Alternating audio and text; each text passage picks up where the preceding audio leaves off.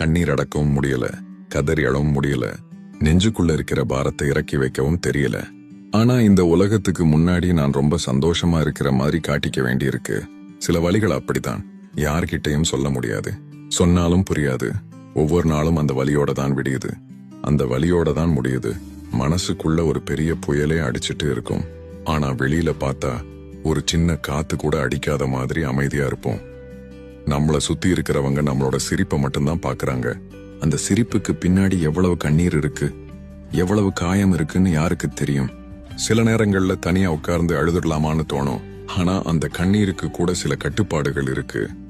இருந்தாலும் பரவாயில்ல, இந்த வாழ்க்கைங்கிற வீதியில எல்லா வலியையும் மனசுக்குள்ள புதைச்சுக்கிட்டு, ஒரு பொய்யான சிரிப்பை முகத்துல வச்சுக்கிட்டு நான் பாட்டுக்கு நடந்து போய்கிட்டே இருக்கேன்.